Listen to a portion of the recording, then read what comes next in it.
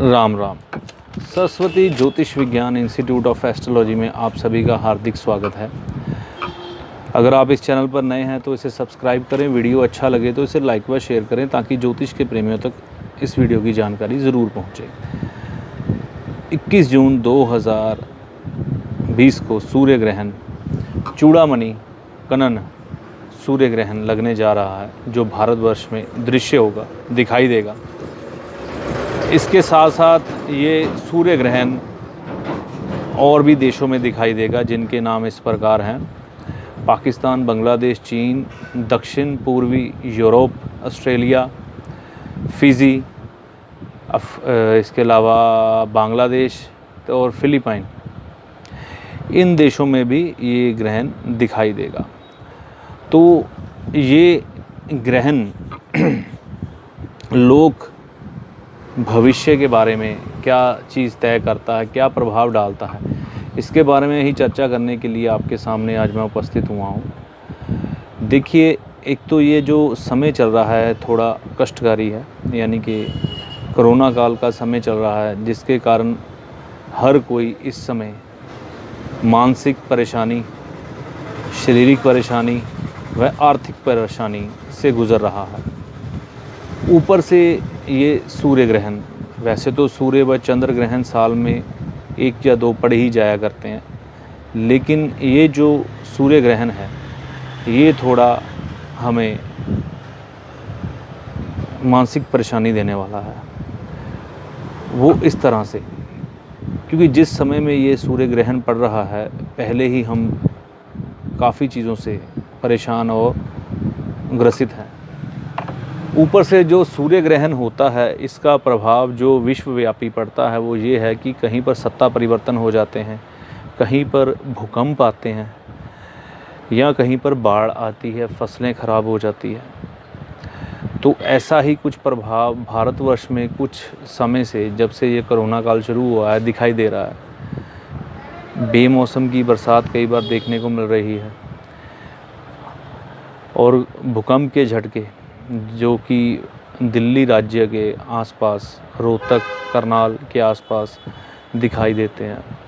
तो ये हमें सोचने पर मजबूर कर देते हैं कि क्या ईश्वर हमसे रुष्ट हैं। तो ऊपर से ये ग्रहण आ गया, और जब भी ये ग्रहण आता है तो उस समय भी ऐसे ही हालात देखने को मिलते हैं। कई बार तो 2 देश आमने सामने युद्ध की परिस्थिति में आ जाते हैं, युद्ध छिड़ भी जाता है, दंगे हो जाते हैं, आर्थिक परेशानी आ जाती है, आर्थिक संकट आ जाते हैं दुनिया पर। तो ऐसे ही हालात चल रहे हैं, महामारी भी फैली हुई है।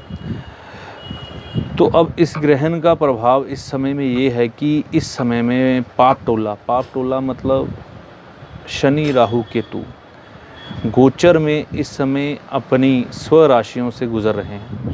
मतलब मकर राशि में शनिदेव वक्री हुए पड़े हैं इस समय। है तो मकर राशि अपनी है, इसलिए पूरी पावर में है, और राहु देव भी उच्च राशि में, केतु देव भी उच्च राशि में है। मतलब कि इस समय में पापी ग्रह जो हैं वो पूर्णतः बली हैं, जिसके कारण पृथ्वी पर इन ग्रहों का प्रकोप कोरोना वायरस जैसी बीमारी के रूप में हमें देखने पड़ा। अब इसके बाद ये जब ग्रह बदलेंगे वो सितंबर का समय होगा। सितंबर के दूसरे तीसरे सप्ताह में ये ग्रह चेंज हो जाएंगे, और देवगुरु बृहस्पति भी इस समय अपनी नीच राशि में चल रहे हैं, जो 30 जून को दोबारा धनु राशि में आ जाएंगे और राहु केतु से पीड़ित हो जाएंगे।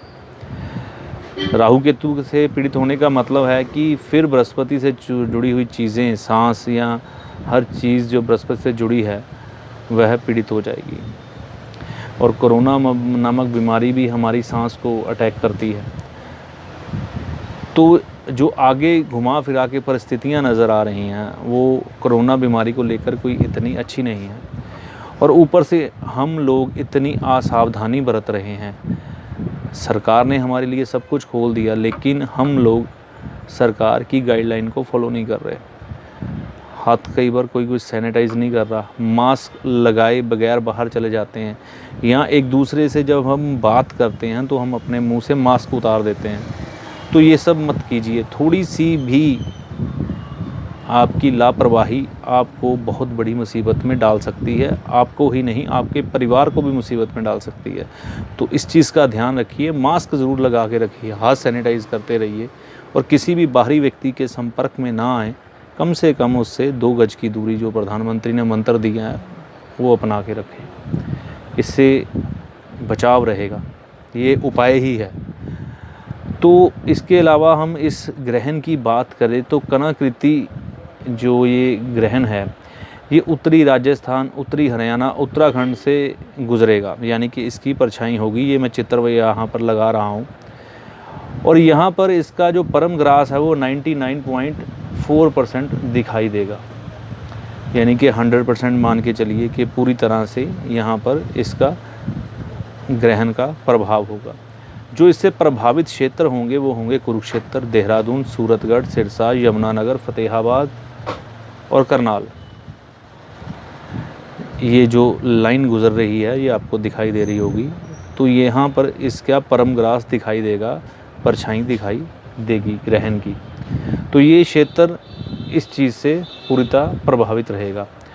और रविवार के दिन ये ग्रहण पड़ने के कारण इसे चूड़ामणि ग्रहण कहा जाता है। आषाढ़ की अमावस के दिन पड़ रहा है। ग्रहण बनने की मुख्य वजह क्या होती है? और सूर्य और पृथ्वी के मध्य में जब चंद्रमा आ जाता है तब ग्रहण की परिस्थिति बनती है। तो इसमें ग्रहण इसके अलावा क्या अशुभ फल देगा, इसके बारे में बात करते हैं और हमें क्या करना चाहिए। पहले तो ये मानिए कि ये ग्रहण होगा कितनी देर का। ये ग्रहण होगा तकरीबन 5 घंटे 48 मिनट और 3 सेकंड का, और इसका ग्रास मान होगा, यानी कि पूर्णतः भारत में दिखाई देगा। ये बाकी भारत के क्षेत्रों में 70 से 90% दिखाई देगा, लेकिन जो मैंने क्षेत्र ये बोले हैं दिल्ली के आसपास के, यहाँ पर ये ग्रहण पूरी तरह दिखाई देगा। तो हमें इस ग्रहण से बचने के लिए क्या करना है, यानी कि क्या उपाय करने हैं जिसके द्वारा हमें इस चीज़ से बचाव हो, आराम मिले और ये ग्रहण का समय हमारा आसानी से गुजर जाए। सबसे पहले तो आप स्नान करके जिस इष्ट में भी आपकी साधना आपकी आस्था है उनका जाप करें। इसके अलावा आप सूर्य हृदय स्तोत्र का पाठ कर सकते हैं, सूर्य सहस्त्र नाम का पाठ कर सकते हैं, राम नाम का जाप कर सकते हैं और अपने इष्ट की साधना कर सकते हैं। अगर आप होम करना, हवन करना जानते हैं तो वो भी कर सकते हैं, या किसी ब्राह्मण की मदद आप ले सकते हैं हवन में, तो इससे आपको लाभ मिलेगा। ग्रहण के समय में दान का महत्व बहुत बताया गया है। तो इस समय में अगर मंदिरों के गाइडलाइन आ जाती है 21 जून तक, तो आप मंदिरों में कनक, चावल, दाल, चने की या कोई भी खाद्य पदार्थ जो कि सूखा अनाज हो वो दान कर सकते हैं। अगर मंदिरों के कपाट या दान लेने के लिए वो नहीं खुलते तो आप किसी ज़रूरतमंद को ये चीज़ दान कर सकते हैं। दान करने से भी आपका सूर्य अच्छा होगा। सूर्य स्वास्थ्य का ग्रह है, इसलिए चिंताएं सबसे ज़्यादा हैं इस सूर्य ग्रहण के मध्य में।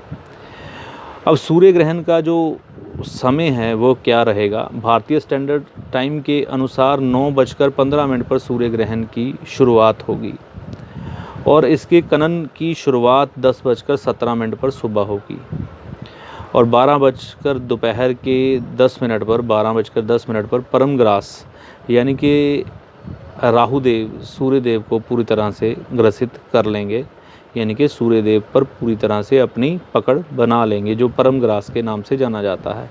फिर कनन की समाप्ति होगी, यानी कि धीरे धीरे से ग्रहण उतरना शुरू होगा और कनन की समाप्ति हो जाएगी दोपहर 2:02 पर भारतीय स्टैंडर्ड समय के अनुसार। इसके अलावा कहें तो दोपहर 3:04 पर यह ग्रहण पूर्णतः समाप्त हो जाएगा और इस ग्रहण की अवधि होगी 5 घंटे 48 मिनट 3 सेकंड।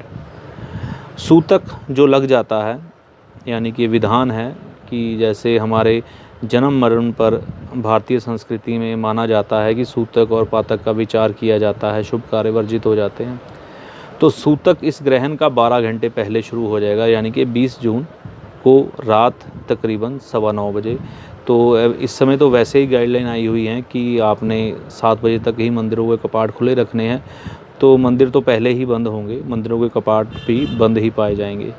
तो ग्रहण काल में ध्यान रखना होता है कि हमें सब्जी नहीं काटनी, कोई चीज़ बनानी नहीं, कोई चीज़ बनी हुई है तो उसे उस समय में खाना नहीं। ये ख़ास समय होगा 5 घंटे 48 मिनट का, यानी कि 9:15 से लेकर 15:04 यानी कि 3:04 का, 5 घंटे 48 मिनट 3 सेकंड का। अब जो ये सूतक का समय है, इस समय में हमारे भारतीय संस्कृति में विधान है कि आप तुलसी का पत्ता या कुशा डालकर किसी खाने वाली चीज़ में उसे खा सकते हैं। पर कोशिश कीजिए कि इस समय में कुछ भी काटिए मत, कुछ बनाइए मत। अगर कुछ पका हुआ पड़ा है तो उसे सूतक लगने से पहले ही ख़त्म कर दें, क्योंकि इसके मध्य में रात है। तो दिन के समय में जो लोग तो बर्दाश्त कर सकते हैं, तो इस ग्रहण काल में कुछ ना ही खाएं तो अच्छा है। और अगर कोई ऐसे व्यक्ति हैं जैसे कि गर्भवती स्त्रियां या बुज़ुर्ग या बच्चे, जो कि डॉक्टरों ने ये उनको खाने के लिए बोला है, या उनकी तबीयत ख़राब हो जाती है, वो नहीं खा पाते या कुछ अन्य परिस्थितियों की वजह से, तो वो खा सकते हैं। पर उसमें तुलसी जी का पत्ता या कुशा डालकर खा सकते हैं। अगर किसी को दवा वगैरह की ज़रूरत है तो वो इस चीज़ को शास्त्रों में बताया गया है कि औषधि लेने में तुलसी जी के पत्ते के साथ कोई बुराई नहीं है, क्योंकि स्वास्थ्य का भी ध्यान रखना ज़रूरी है। और अगर आपके परिवार में किसी का स्वास्थ्य खराब रहता है तो इस ग्रहण काल में आप महामृत्युंजय का जाप कर सकते हैं, उससे आपको लाभ की प्राप्ति होगी। तो ये अच्छाई और बुराई की लड़ाई का प्रतीक होता है सूर्य ग्रहण। ये क्यों सूर्य ग्रहण लगता है, इसके बारे में कथा मैं आपको बाद में बताऊंगा। तो सूर्य जो कि देवताओं के नायक हैं और राहु देव जो कि राक्षसों के नायक हैं, इनमें युद्ध की परिस्थिति बनाता है ये सूर्य ग्रहण। हमारी ये संस्कृति में कहा जाता है कि आखिर में बुराई पर अच्छाई की जीत होती है। तो ये राहु देव जितना मर्जी सूर्य देव को ग्रसित कर लें, आखिर में तो सूर्य देव उभर कर बाहर आएंगे ही। पर इनके युद्ध में जो इनकी परिस्थितियाँ, इनकी रेज, इनकी नेगेटिविटी का प्रभाव पृथ्वी पर पड़ेगा, वो भूकंप के रूप में पड़ सकता है, जो कि हमें दिल्ली के आसपास के क्षेत्रों में दिखाई पड़ भी रहा है। ये जो पट्टी मैंने लगाई है आप इसमें देख सकते हैं, क्योंकि यहाँ पर इसका परमग्रास 99.4 आ रहा है और भूकंप के हल्के हल्के झटके इस क्षेत्र में दिखाई दे रहे हैं। और भूविज्ञानियों ने भी हमें चेतावनी दी है कि दिल्ली का आसपास का क्षेत्र रेड जोन बना है। तो हमें इस चीज़ का पूर्व अनुमान है कि ऐसी कुछ घटना घट सकती है। तो ग्रहण के मध्य 15 दिन पहले, 15 दिन बाद आप थोड़ा सतर्क रहिए, सावधान रहिए, कुछ ख्याल रखिए कि ऐसी कुछ परिस्थिति बन जाती है, क्योंकि कुदरती आपदा से हम बच नहीं सकते। सावधानी है, हमारे पास पूर्व अनुमान है और इससे बचने का एक विकल्प है, तो हम इससे बच सकते हैं। हो सकता है कि ये सभी घटनाएं घटें, भूकंप की परिस्थिति आए, हो सकता है कि परमात्मा हमें इस परिस्थिति से निकाल दे। निकालेंगे कैसे, उसके लिए हमें सूर्य देव के मंत्रों का जाप करना है। ये ज़रूर करें ग्रहण के मध्य, ख़ास तौर पर, यानी कि 9:15 से लेकर अगर आप 15:04 यानी कि 3:04 तक करते हैं, कुछ समय के लिए करिए। ख़ास तौर पर परमग्रास के समय तो ज़रूर करिए, यानी कि जब कनन की शुरुआत होती है 10:17 पर और परमग्रास होता है 12:10 और परमग्रास कनन समाप्त होगा 2:02 पर। इसके मध्य भी आप कर लें जिसमें परमग्रास बीच में आ जाए, तो 1 घंटा आधा घंटा आप जाप ज़रूर करें जो कि परमग्रास इसके बीच में आ जाए, जिससे कि आपको इस ग्रहण से के दुष्प्रभाव से मुक्ति मिलेगी। गर्भवती स्त्रियों को चाहिए कि इस समय में आप अपने घर से बाहर ना निकलें जब से सूतक लग जाए, क्योंकि ये ग्रहण में नेगेटिविटी पैदा होती है और ये आपकी संतान पर अपना दुष्प्रभाव डाल सकती हैं। और गर्भवती स्त्री को अगर कोई दवा वगैरह या कुछ है तो वो खा सकते हैं, बुज़ुर्ग और बच्चे। तो इस चीज़ का ख्याल रखिए। दान ज़रूर करिए, सूर्यदेव का जाप करिए, जिससे कि ये समय आसानी से निकल जाए। बाकी जो मैंने आपसे बताया है कि बाढ़ की परिस्थिति, फसलों का नुकसान, आर्थिक तंगी, और अफवाहों का दौर, युद्ध की परिस्थितियाँ, दंगे, ये सब राहु देव की चीज़ें हैं और राहु देव इस समय उच्च स्थिति में चल रहे हैं। तो ये चीज़ें घटित होने की संभावना भी 90% से ऊपर की है। तो इन चीज़ों का ध्यान रखिए, सूर्य देव को बल दीजिए इस समय में और दान ज़रूर कीजिए, जिससे कि इस सूर्य ग्रहण का दुष्प्रभाव आपसे हट जाए। एक जनरल सा उपाय मैं आप सभी के लिए बता रहा हूँ। अगर आपके घर के नज़दीक नदी पड़ती है कोई, तो आप इस ग्रहण के परम ग्रास के समय यानी कि 12:10 पर कुछ समय घर से पहले निकल जाइए, जबकि आप टाइम पे परम ग्रास के पहुँच जाएं। एक नारियल और बादाम थोड़े से लेकर इस ग्रहण के परम ग्रास के समय आप जल प्रवाह अपने सिर से, अपने परिवार के लोगों के सिर से उतार कर दीजिए और साथ में अपने इष्ट का उस समय जाप भी ज़रूर करिए, तो जिससे कि आप पर इस ग्रहण का दुष्प्रभाव कम होगा। हाँ, अगर आपको वहाँ पर जाने तक की इजाज़त मिले इस लॉकडाउन की परिस्थिति में, तभी जाइएगा।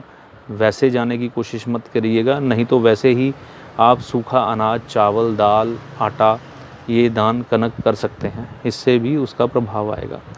और जाप जो है नहाकर आपने शुरू करना है, ग्रहण के मध्य जो करना है, और ग्रहण की समाप्ति के बाद यानी कि 15:04 के बाद भी आपको स्नान ज़रूर कर लेना है। इस चीज़ का ख़ास तौर पर ख्याल रखें। तो ये मेरी कामना है कि ये ग्रहण का समय इस पृथ्वीवासियों पर इतना भारी ना पड़े, क्योंकि महामारी का समय है। तो सूर्य स्वास्थ्य से जुड़ा ग्रह है, तो इसलिए स्वास्थ्य से संबंधित, इस कोरोना के संबंधित बीमारी के बढ़ने के आसार है। पर मेरी जो छोटी सी कैलकुलेशन ये भी साथ में कहती है कि ये ग्रहण गुजरने के बाद हमें इस महामारी से संबंधित जो समस्या है इससे छुटकारा मिलेगा। मतलब कोई वैक्सीन बन सकती है, जो इसका इतना भय बना हुआ है ये किसी ना किसी तरीके से कम हो सकता है। कोई भी कारण बने जिससे कि हमें ये भय क्या हालात कम हो, रोगी घटने शुरू हो जाएंगे, यानी कि बढ़ने की बजाय जो अब लगातार बुरी तरह से रोगी बढ़ रहे हैं वो घटने शुरू हो जाएंगे। और जो राहु महाराज का दुष्प्रभाव दुनिया पर पड़ रहा है, आर्थिक मंदी और महामारी के रूप में, ये ग्रहण काल के यानी कि 21 जून के बाद धीरे धीरे घटना शुरू हो जाएगा। पर ये समय सितंबर तक ज़रूर खींचेगा। तो तब तक के लिए आप कृपया अपने मुंह को मास्क से ढकिए, हाथ सैनिटाइज़ कीजिए, लोगों से उचित दूरी बना के रखिए 2 गज की, जिससे कि आप, आपका परिवार और समाज सुरक्षित रहे। तो मेरे आने वाले वीडियो में मैं आपको बताऊंगा कि 12 राशियों पर इस ग्रहण का क्या प्रभाव पड़ने वाला है, तो और आपको क्या उपाय करना चाहिए, क्या सावधानी रखनी चाहिए इस ग्रहण में, इसके बारे में विस्तार से चर्चा करूंगा। तो इसी के साथ मैं अपनी वाणी को यहीं विराम देता हूं। तब तक के लिए बहुत सुरक्षित रहिए। राम राम।